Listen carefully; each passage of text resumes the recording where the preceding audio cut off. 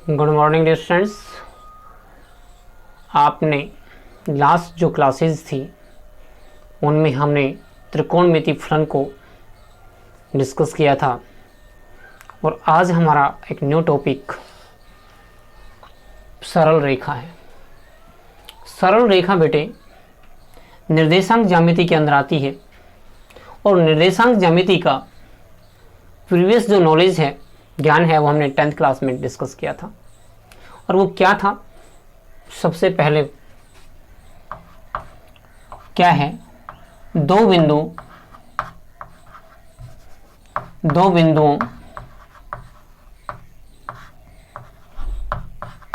ए जिसके कोऑर्डिनेट में x1 y1 लेता हूं तथा b x2 y2 के मध्य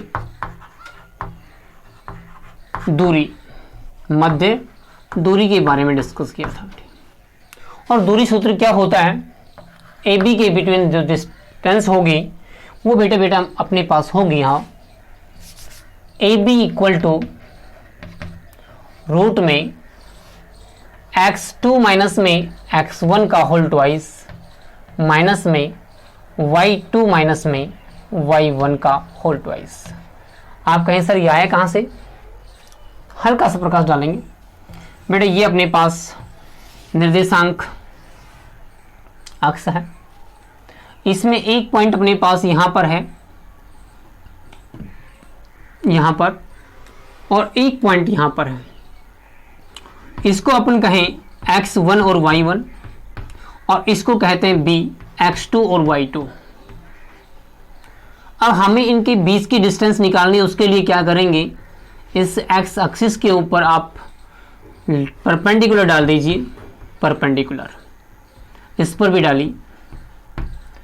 ये अपने पास मान लीजिए c हो गया, ये अपने पास d हुआ। तो यहाँ पर ये ओरिजिनल है।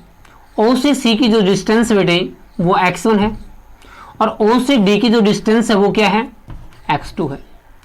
सिमिलरली यहाँ से अपने पास जो ये डिस्टेंस है ये y1 है और साथ में ये वाले जो डिस्टेंस है ये अपने पास y2 है। ठीक है, यहाँ से हम यहाँ परपेंडिकुलर डालते हैं तो बेटा क्या अपने पास ये डिस्टेंस बचा सकते हैं आप? ये x2 माइनस में x1 होगी, दैट इज ये भी x2 माइनस में x1 ही होगी। क्लियर है? उसके बाद हम बढ़ते हैं, यहाँ पर आइए। यहाँ से और यहाँ तक की जो डिस्टेंस है यह है अपने पास y2 में से y1 लेस होने के बाद हम प्राप्त कर पाएंगे, गेन कर पाएंगे। तो बेटे देखिए ये एक राइट ट्रायंगल है। क्या है? Right triangle. इसमें पाइथागोरस थ्योरम अप्लाई करिए आप। जब अप्लाई करते हैं तो बेटे ए बी का स्क्वायर इक्वल टू इसका स्क्वायर प्लस में इसका स्क्वायर होगा और इसका ए बी का स्क्वायर हम रिमूव करेंगे तो बेटा अपने पास यही बन के आएगा। ठीक है, यह है दो बिंदुओं के बीच दूरी सूत्र है। अब हम बात करते हैं कि दो बिंदुओं को मिलाने जो वाली लाइन है, रेखा है, सरल रेखा है, उसका विभाजन किस प्रकार से होता है। तो बेटे देखिए, मैं पहले टॉपिक लिखता हूं, विभाजन सूत्र।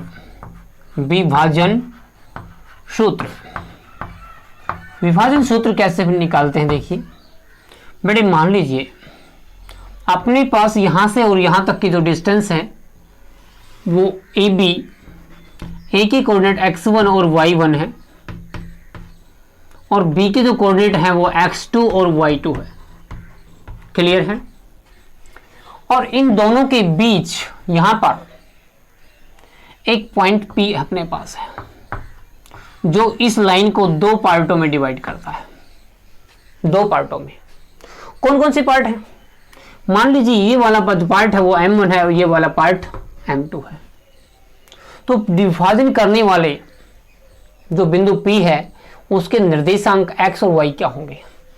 बेटे x का जो निर्देशांक निकालेंगे वो कैसे निकलता? देखिए, इस x का 1 का मल्टीप्लाई हम इस m2 से करते हैं, x1 और m2 और प्लस का साइन इस वाले x2 का मल्टीप्लाई इससे करते हैं, x2 मल्टीप्लाई m1, और दोनों का जो रेशियो है उनका सम कर देते हैं। ये इंटरनल मीन्स अंतः विभाजन है।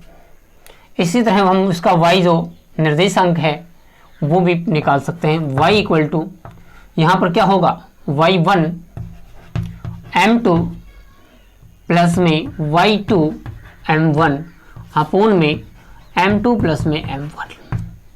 यदि ये पॉइंट यहाँ नहीं होकर कहीं ए बी सी बाहर होता तो उसको हम क्या कहते हैं, बाह्य विभाजन कहते हैं। ये कौन सा है, ये अंतः विभाजन है, अंतः विभाजन। और बाह्य विभाजन क्या होगा, बाह्य विभाजन में